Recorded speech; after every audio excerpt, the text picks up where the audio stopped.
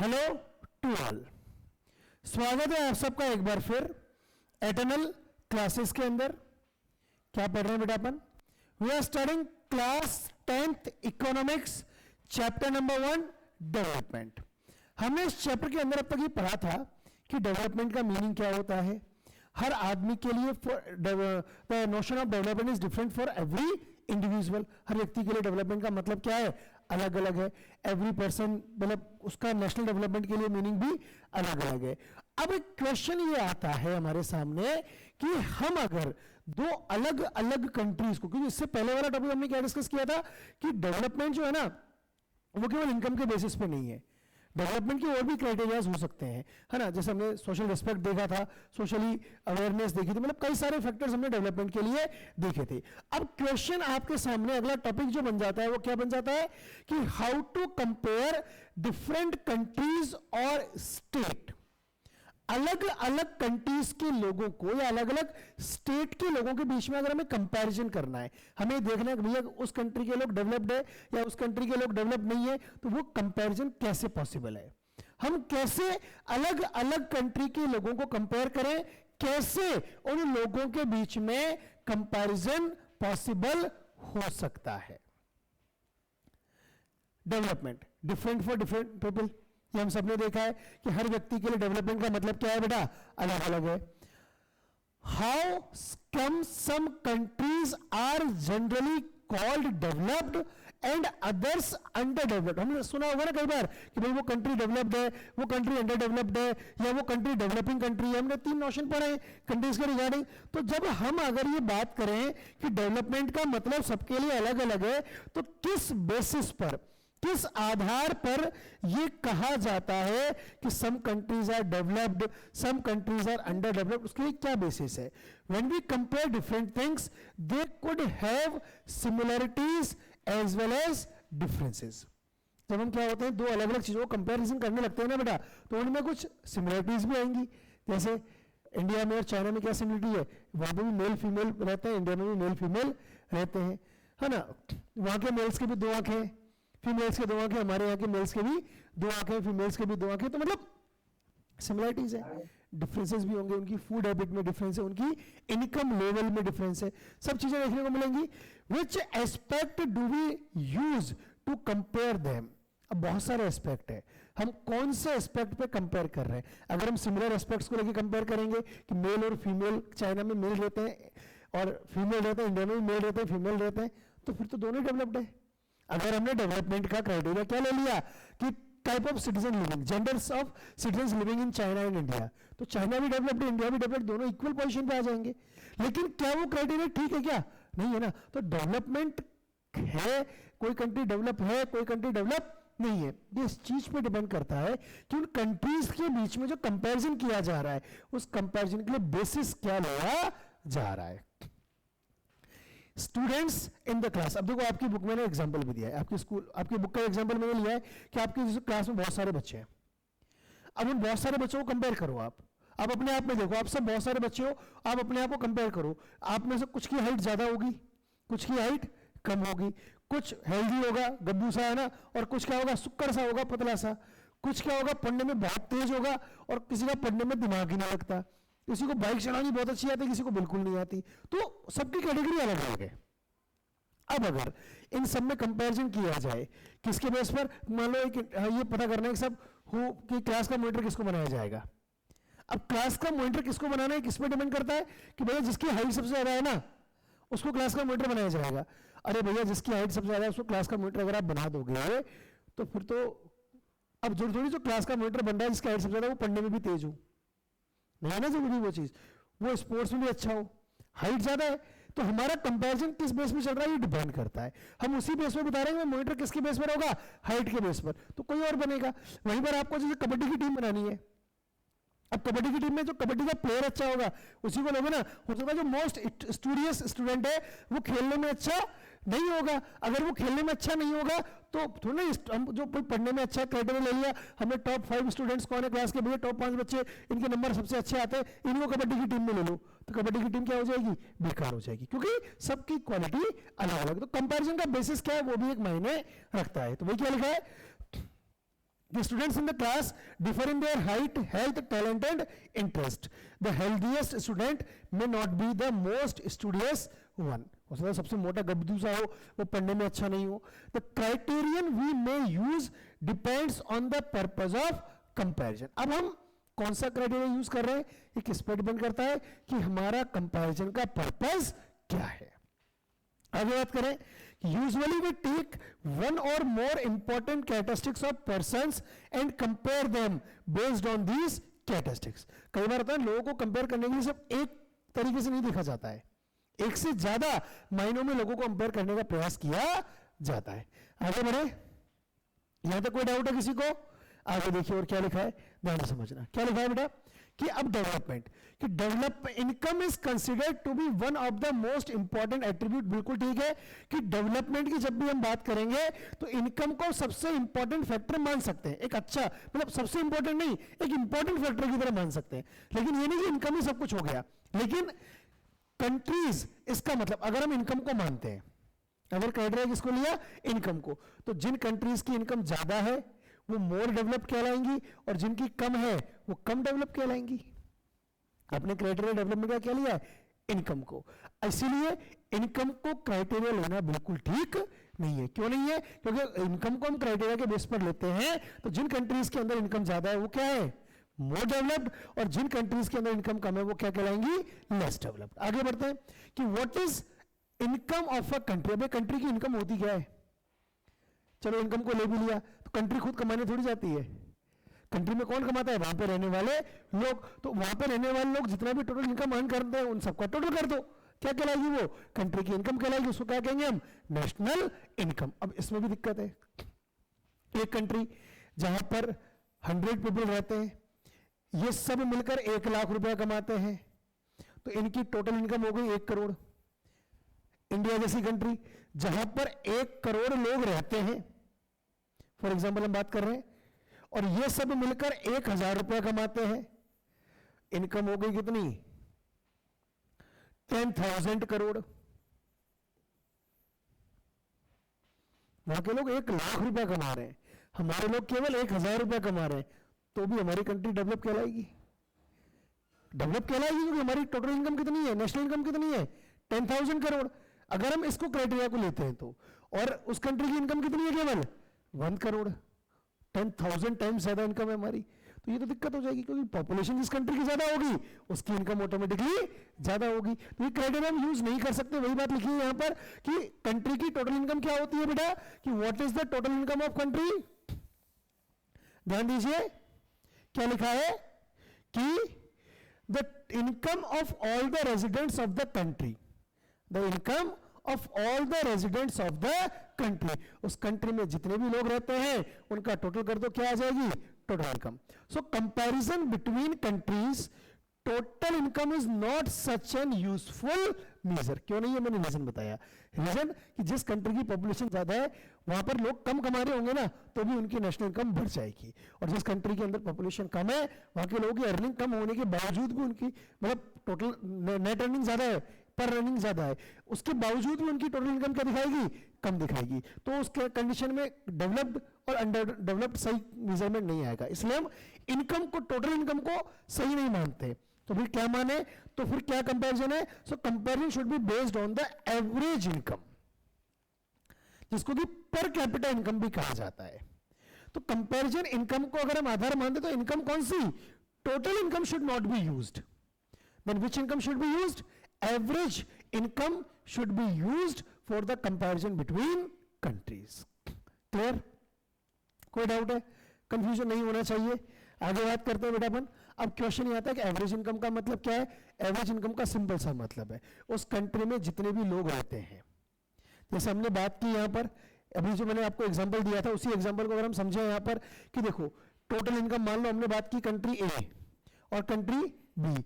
इस कंट्री की total national income है 10 लाख रुपए और इस कंट्री की टोटल नेशनल इनकम है कितनी बेटा, 1 करोड़ रुपीस. तो इस केस में तो कंट्री भी डेवलप दिख रही है, लेकिन यहां पर जो लोग रहते हैं वो केवल 100 हैं, तो पर पर्सन 10,000 रुपीस की अर्निंग है.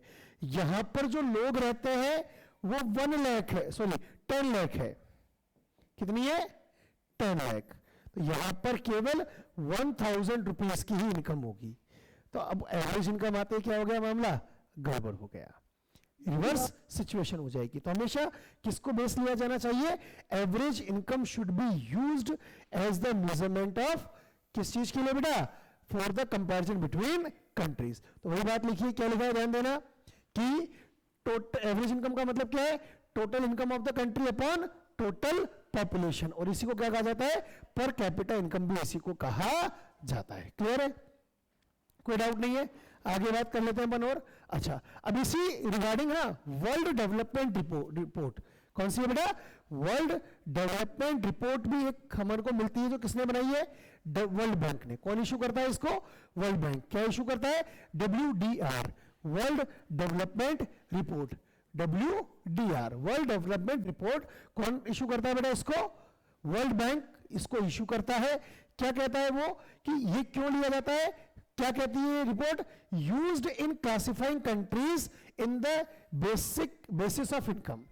ये कंट्रीज के बीच में कंपैरिजन करता है, किसके बेस पर, इनकम के बेस पर। कौन, वर्ल्ड डेवलपमेंट रिपोर्ट क्यों तैयार की जाती है, ताकि कंट्रीज के बीच में किसके बेस पर, इनकम के बेस पर क्या किया जा सके, कंपैरिजन किया सके। अब ये रिपोर्ट क्या कहती है उसके बारे में बात करते हैं, कि countries with per capita income of $12,056 per annum and above 2017 के डेटा के हिसाब से उनको रिच कंट्रीज कहा जाएगा। तो रिच कंट्रीज कौन सी कंट्रीज होंगी बेटा, जो ऐसी कंट्री जहां के लोगों की पर कैपिटा इनकम कितनी होगी, $12,056 एंड ऐसी कंट्रीज जिनकी पर कैपिटा इनकम 955 पर डॉलर से कम है, उनको लो इनकम कंट्रीज कहा जाएगा। ये डेटा याद रखना।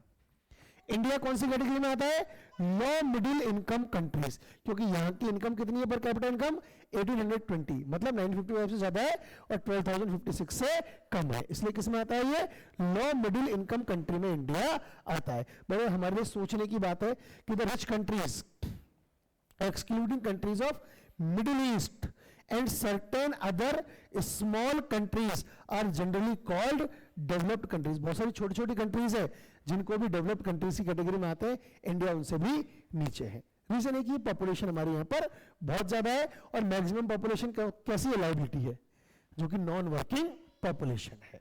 क्लियर है, आगे बात करें बेटा, चलिए और देखते हैं क्या लिखा है, ध्यान देंगे अपन। देखो है ना, अब लिमिटेशन ऑफ एवरेज इनकम, ये एक बहुत बड़ा टॉपिक है। एवरेज इनकम की लिमिटेशन की अगर अपन बात करें, एवरेज इनकम की लिमिटेशन की, तो इसके लिए ना मैं आपको एक छोटी सी बात बताता हूं, ध्यान से सुनना। क्या था, बहुत ध्यान से समझना बेटा, एक छोटा सा ना एक कहानी मान लो, एक थोड़ा सा कंपैरिजन मान लो, उसके बारे में हम समझते हैं और बात करते हैं, ठीक है।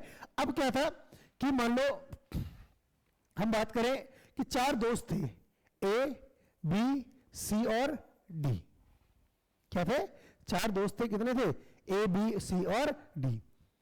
ए के पास मान लो 1 लाख रुपए थे, बी के पास 50,000 थे, सी के पास 20,000 थे और डी के पास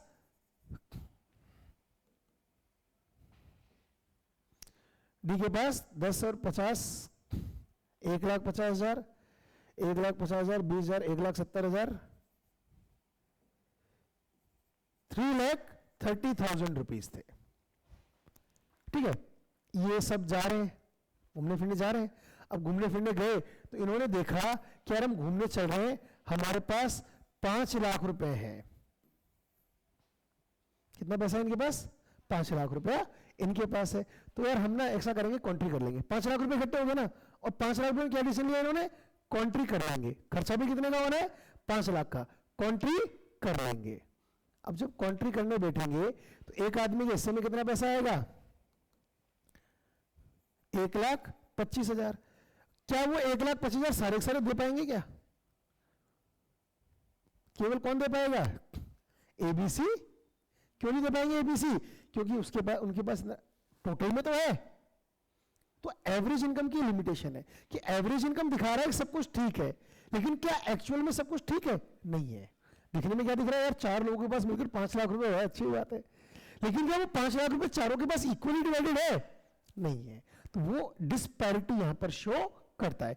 एवरेज 1,25,000 आ रहा है, 5 लाख रुपए 4 लोगों के पास है, 1,25,000 रुपए पर हेड, लेकिन क्या 1,25,000 रुपए पर हेड है क्या? नहीं है। हम इस केस में भी क्या कहेंगे कि सबके पास 1,25,000 रुपए है, लेकिन क्या एक्चुअलिटी में है? लेकिन वहीं पर 4 दोस्तों को और एग्जांपल लेते हैं, ए, बी, सी और डी। एक के पास 1,10,000, बी के पास 1,15,000, सी के पास 1,45,000।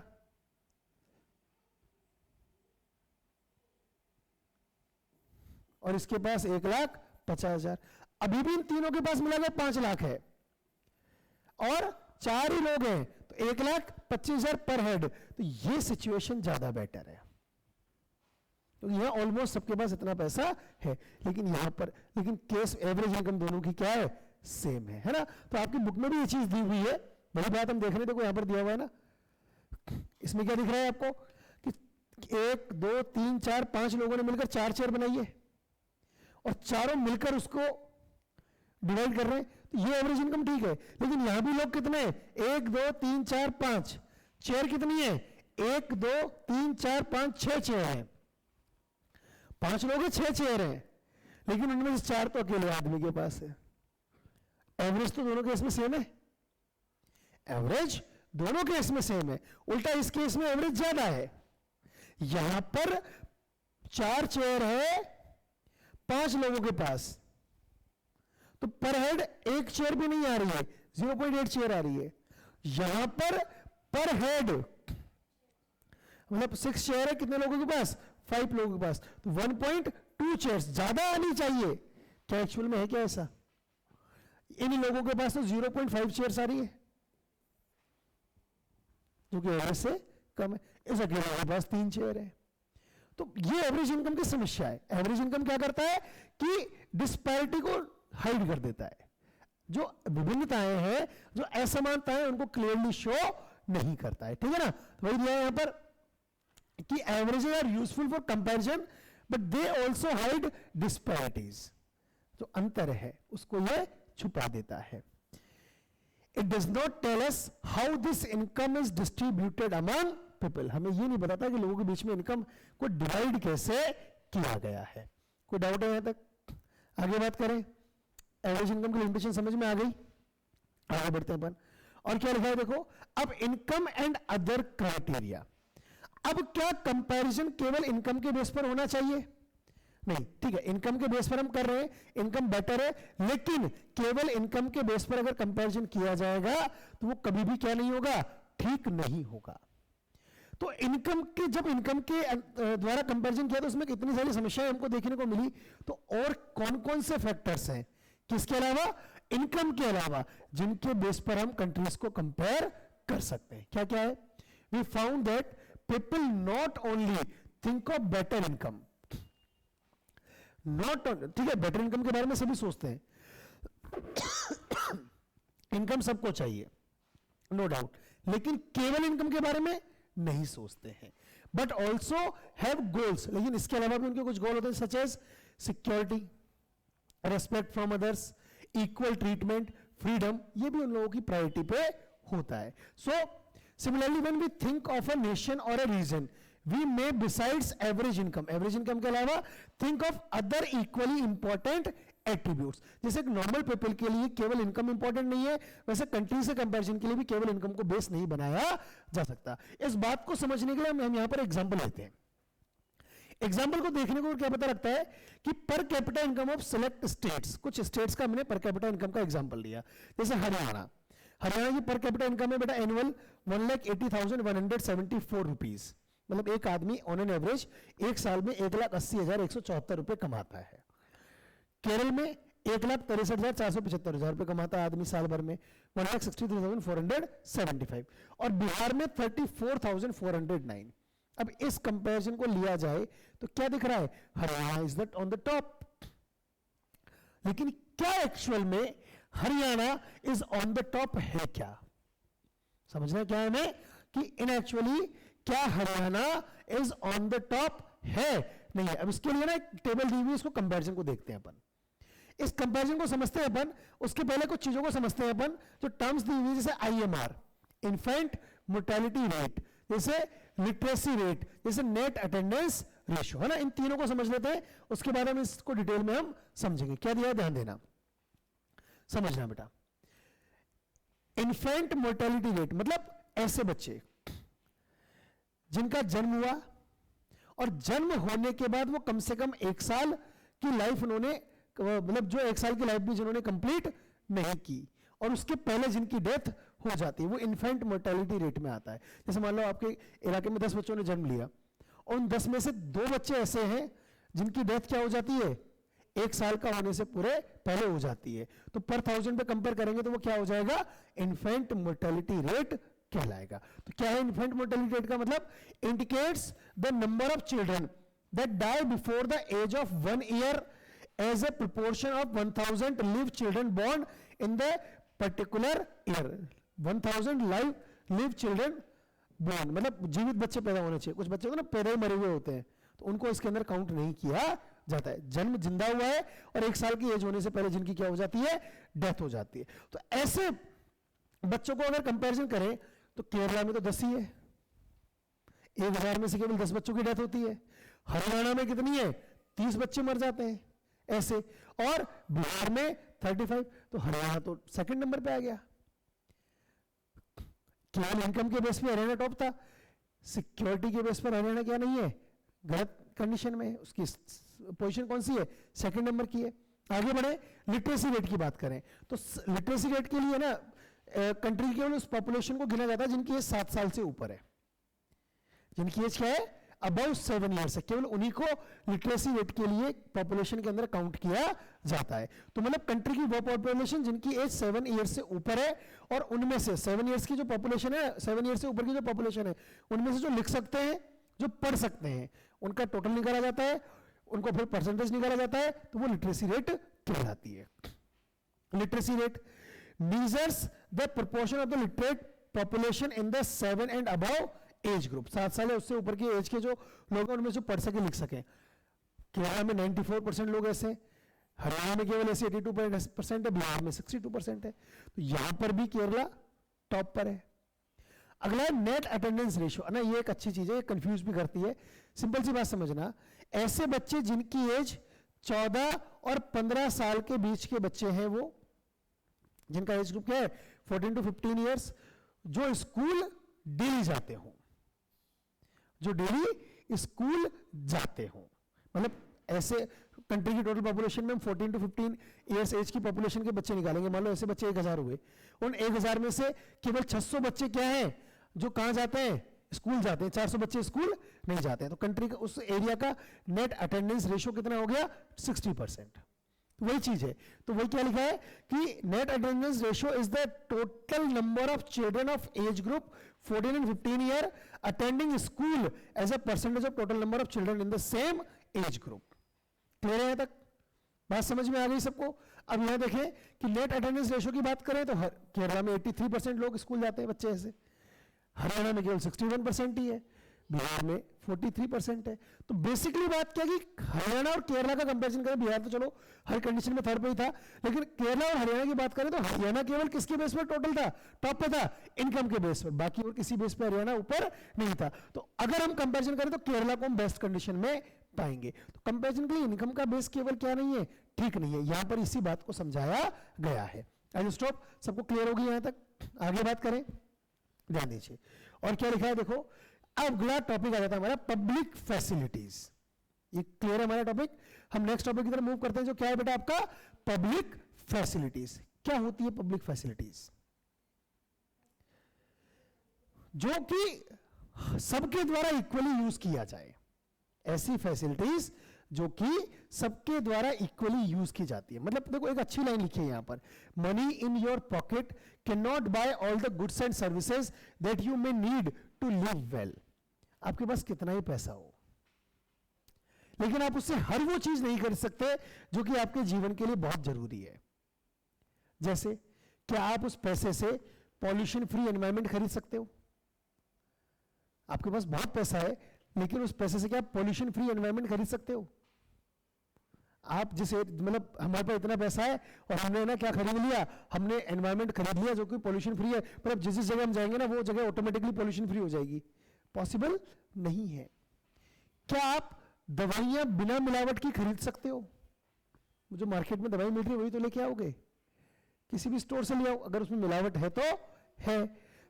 क्या आप इन्फेक्शियस डिजीज से प्रोटेक्ट कर सकते हो अपने आप को केवल पैसे के दम पे?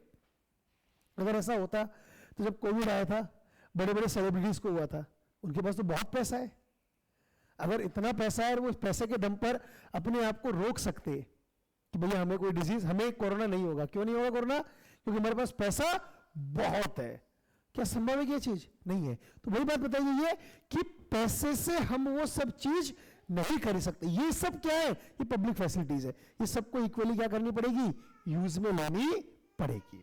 बात समझ में आ रही है? यहां तक आगे बढ़ते हैं और क्या लिखा है ध्यान देना। देखिए अब significance of public facility, public facility का इंपॉर्टेंस क्या है वो समझना। आज मान लो आपके फादर आपको जिस स्कूल में पढ़ा रहे हैं, ठीक है, अब उस स्कूल में पढ़ने वाले अकेले आप ही हो, कोई और बच्चा वहां का उस एरिया का उस स्कूल में पढ़ने ही नहीं जाता, और आपके फादर रेडी में 2 लाख रुपए फीस भी दे दूंगा, तो भी क्या स्कूल वाला पढ़ा देगा आपको? नहीं पढ़ाएगा। पैसा खूब देने को तैयार हो, 2 लाख 3 लाख भी फीस देने को तैयार हो, तो भी क्या स्कूल चलेगा? क्या नहीं चलेगा। क्यों नहीं चलेगा?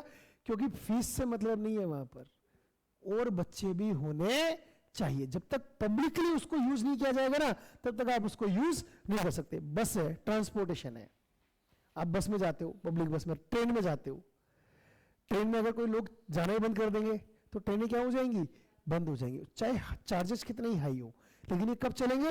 जब पब्लिक इनको यूज करेगी। सिक्योरिटी है, अब मान लो एक तो आपके घर के बाहर सिक्योरिटी लगी है, आप अकेले पैसे दे रहे हो, आसपास के जो 10, 12, 15 लोग हैं मिलकर वो एक गार्ड हायर कर लेंगे, तो सबको बेनिफिट मिलेगा, सबको प्रोटेक्शन मिलेगा, और कॉस्टिंग भी क्या होगी? कम हो जाएगी। तो पब्लिक फैसिलिटी का सबसे इंपॉर्टेंट सिग्निफिकेंस क्या है कि many of the important things in life, the best way also the cheapest way, उनको यूज करने का सबसे अच्छा तरीका और सबसे सस्ता तरीका क्या है? कि पब्लिकली उनको यूज किया जाए। Cheapest way is to provide these goods and services collectively, सब मिलकर उनको यूज करें। For example security, school, transportation etcetera. कोई डाउट है यहां तक? कंफर्म? आगे बात करूं? ठीक है, तो देखिए और क्या लिखा है, ध्यान से समझना, आगे चीजों को समझते हुए चलो।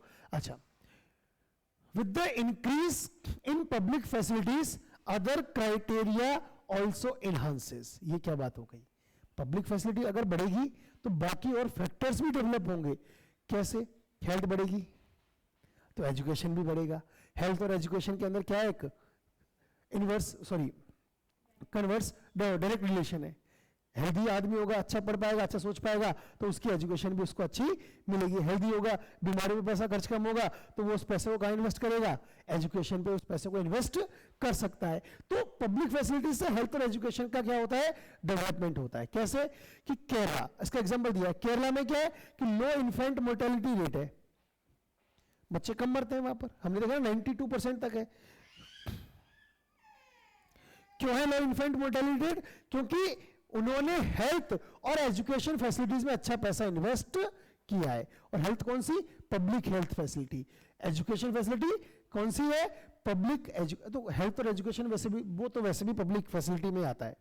तो आप किसी को कह दो भैया केवल मेरे को ही पढ़ाना है, मेरे अलावा किसी और को नहीं पढ़ा सकते। देखो ये तो कह सकते हो आप, क्यों केवल मेरे को पढ़ाना है एक पर्टिकुलर टाइम में, 1 घंटा के आप होम ट्यूशन ले रहे हो, अकेले पढ़ रहे हो, लेकिन थोड़ी ना कि आप केवल मेरे को ही पढ़ाओगे, मेरे अलावा किसी और को पढ़ा ही नहीं सकते, आप मेरे पर्सनल टीचर हो, घर पे ही रहोगे मेरे, नहीं कह सकते ना। ऐसे डॉक्टर को आप नहीं रख सकते अपने यहाँ पर पर्सनली। तो क्या होता है कि पब्लिक हेल्थ फैसिलिटी तो सबके लिए। अच्छा, केरला ने इसमें इन्वेस्ट किया है तो ऑटोमेटिकली उसका रिजल्ट देखने को मिला है, वहां पर इन्फेंट मोर्टेलिटी रेट बहुत कम है। इसके अलावा सिमिलरली सम स्टेट्स ऐसे हैं जिन्होंने पब्लिक डिस्ट्रीब्यूशन सिस्टम वहां पर इतना अच्छा डेवलप किया कि वहां पर कोई भी भूखा नहीं रहता है, सबको अनाज उपलब्ध हो जाता है। इसके अलावा health and nutritional status of people of such states is certainly likely to be better. अब केरला में हेल्थ स्टेटस अच्छा होगा, जिनका पीडी सिस्टम अच्छा चल रहा है, वहां का जो क्या कहते हैं कि न्यूट्रिशनल लेवल अच्छा होगा, सबको खाना प्रॉपर्ली मिल रहा है। तो बेसिकली बात क्या है, हम यहां पर यही समझने का प्रयास कर रहे हैं बेटा कि पब्लिक फैसिलिटीज के अंदर इंप्रूवमेंट होगा तो बाकी फैक्टर्स भी ऑटोमेटिकली क्या करेंगे? ग्रो करना शुरू कर देंगे। क्लियर है यहां तक? आगे बात करूं बेटा, चलिए ध्यान दीजिए और क्या लिखा है समझिए। एक और आपको ना बुक में टॉपिक दिया हुआ है, बॉडी मास इंडेक्स। ये एग्जाम में नहीं पूछा जाता है, फिर भी बुक में दिया हुआ है तो हम इसको थोड़ा सा समझ लेते हैं। क्या होता है बॉडी मास इंडेक्स? सिंपल सी बात है, आपकी बॉडी में कितना फैट है, आपकी बॉडी में फैट कितना है आपकी हाइट के कंपैरिजन में, उसको बॉडी मास इंडेक्स कहा जाता है। आपका वेट और आपकी हाइट, इन दोनों को क्या किया जाता है, उसमें कंपेयर किया जाता है। वही दिया है यहां पर कि जैसे कंक्लूजन क्या निकल, इसका कंक्लूजन क्या निकलता है, criteria use to find out whether a person is nourished, under nourished और ओवरवेट। क्यों निकाला जाता है बॉडी मास इंडेक्स, बीएमआई क्यों कैलकुलेट किया जाता है, पता करने के लिए भाई आदमी की का हेल्थ स्टेटस किस तरह का है। आपको इतना ही ध्यान रखना, ज्यादा इसके अंदर ध्यान रखने की जरूरत नहीं है। आगे बात करें तो बीएमआई कैसे कैलकुलेट करते हैं कि weight of person in kilograms और हाइट किसमें, मीटर स्क्वायर में। जैसे वेट ऊपर हाइट नीचे, 25 अगर वेट है, 1 मीटर उसकी हाइट है, तो उसका बीएमआई कितना आ गया 25, है ना। तो अगर बीएमआई 18 से कम है तो वो अंडर नरिश्ड माना जाता है, अगर बीएमआई 25 से ज्यादा है तो वो ओवरवेट माना जाता है कि वजन बहुत ज्यादा है। लेकिन अगर बीएमआई 18 से 25 के बीच में तो वो फिट एंड फाइन आदमी माना जाता है। और बच्चों को इस बॉडी मास इंडेक्स के लिए इवेलुएट नहीं किया जाता है। स्टूडेंट बच्चों को होता है ना, कई सारे बच्चे होते हैं जिनकी हाइट कम होती है और अच्छी हेल्दी हो जाते हैं, क्योंकि अभी तो बढ़ता हुआ शरीर है, एक एग्जैक्ट पूरी सर्टेन हाइट कंप्लीट कर लेगा उसके बाद ही उसको बीएमआई के लिए कंसीडर किया जाता है वहां पर। क्लियर है यहां तक? आगे बढ़े, एक और दिया हुआ है आपकी बुक में ह्यूमन डेवलपमेंट रिपोर्ट। इसमें से ना कई बार क्वेश्चन आ जाते हैं, इंपॉर्टेंट क्वेश्चन आ जाते हैं। ह्यूमन डेवलपमेंट रिपोर्ट क्या होती है? ये income an inadequate measure of the level of development. अगर हमें कंट्रीज के डेवलपमेंट लेवल को मेजर करना है तो उसके लिए इनकम को अगर कंसीडर कर रहे हो ना, तो ये जो ह्यूमन डेवलपमेंट रिपोर्ट ने क्या कहती है कि इनकम बिल्कुल भी ठीक नहीं है। तो भैया फिर कैसे करें, कौन से अदर क्राइटेरियाज है? तो उन्होंने अदर क्राइटेरियाज बताए, हेल्थ के बेस पर करो, एजुकेशन के बेस पर करो, वहां के लोग कितना अच्छा उनका जीवन है, स्टैंडर्ड ऑफ लिविंग कैसी है, उसके बेस पर कंपेयर करो लोगों को, तब जाके पता लगेगा। ये इंपॉर्टेंट इंडिकेटर है जिसके बेस पर आप ये आइडिया लगा सकते हो कि वहां के लोग डेवलप्ड है या नहीं है। ठीक है, तो उन्होंने कहा इनकम इनएडिक्वेट मेजर है, तो और अदर मेजर्स कौन कौन से, health, education and standard of living. Human development report तैयार कौन करता है? UNDP, United Nations Development Programme. ठीक है ना, ठीक है, तो वो उसको तैयार करता है, पब्लिश करता है। ये कंट्रीज के बीच में कंपैरिजन करता है, किसके बेस पर? एजुकेशन लेवल के बेस पर, उनके हेल्थ स्टेटस के बेस पर और उनकी पर कैपिटा, 3 बेसिस लिए जाते हैं। और इन तीनों के बेस पर जो लिस्ट देता है उसको कहते हैं एचडीआई, ह्यूमन डेवलपमेंट इंडेक्स, मतलब जिसमें कंट्रीज की रैंकिंग दी जाती है, भाई कौन सी कंट्री कौन से नंबर पर है, किन किन के बेस पर, एजुकेशन लेवल के बेस पर, हेल्थ स्टेटस के बेस पर और पर कैपिटा इनकम के बेस पर। क्लियर है यहां तक? आगे बात करें तो और क्या देखने को मिलता है, जैसे यहां पर देखते हैं हम अब some data regarding India and its neighbouring countries. हम डेटा को कंपेयर करते हैं तो देखो क्या लिखा है। सबसे पहले तो देख दो कि HDI stands for human development index. HDI ranks in above the table are out of 189 countries in all. 189 countries का एचडीआई निकालकर उसके हिसाब से रैंकिंग दी गई है। पहली चीज कि life expectancy at birth denotes as the name suggest. अच्छा, लाइफ एक्सपेक्टेंसी का मतलब समझा रहा हूं मैं आपको। जैसे कंट्री में 100 लोग रहते हैं, अब उन 100 लोगों में से किसी की डेथ 68 पे हो गई, किसी की 50 पे हो गई, किसी की 45 पे हो गई, किसी की 80 साल पे हुई, तो उनकी ना जो एवरेज एज निकाली जाती है कि जैसे 45, 50, 60 ऐसे सबका टोटल कराएंगे कौन कितने साल जिया, उसको 100 से नंबर ऑफ पीपल से डिवाइड कर देंगे तो क्या एवरेज निकल जाएगा कि भाई इस कंट्री के लोग ऑन एन एवरेज इतनी लाइफ जीते हैं। ठीक है ना, तो उसको देखा जाता है। यहाँ पर कैपिटा इनकम के बारे में हम सबको पता है क्या होता है। तो अब देखो श्रीलंका, श्रीलंका की पर कैपिटा इनकम 11,326, इंडिया की 6,353। श्रीलंका जैसी कंट्री से हम पीछे हैं। लाइफ एक्सपेक्टेंसी श्रीलंका में ज्यादा, इंडिया में कम है। ठीक है ना, mean year of schooling of people aged 25, मतलब 25 साल के एज के लोग कितने स्कूल गए हैं 10.9% श्रीलंका में, और इंडिया में केवल 6.4 आ रहा है। HDI रैंकिंग, इंडिया की रैंकिंग 130 है, मतलब हम श्रीलंका जैसी कंट्री से पीछे हैं। अब वैसे देखने को देखा जाए तो नेशनल इनकम के हिसाब से कंपेयर करो, पर कैपिटल इनकम के हिसाब से ले आओ, हम बहुत ऊपर निकल जाएंगे, है ना। तो ये यहां पर ये आपको बेसिस देखने को मिल रहा है। क्लियर है? यहाँ तक अदर कंट्री से इंडिया ऊपर है। क्लियर है? आगे बढ़ूं, कंफर्म? कोई डाउट है किसी को? यहां तक नहीं है? बात समझ में आ गई। आगे बात करते हैं बेटा अपन। अगला है लास्ट टॉपिक है बेटा चैप्टर का, सस्टेनेबिलिटी ऑफ डेवलपमेंट। इसके बारे में हम नेक्स्ट क्लास में डिस्कस करेंगे। नेक्स्ट क्लास में इसके हम एमसीक्यूज को भी डिस्कस कर लेंगे। लास्ट टॉपिक है, 10 मिनट का टॉपिक है, कोई ज्यादा लंबा चौड़ा टॉपिक नहीं है। तो आज के लिए इतना ही है बेटा, बाकी बात है नेक्स्ट क्लास में। Till then, thank you class, keep learning, stay connected.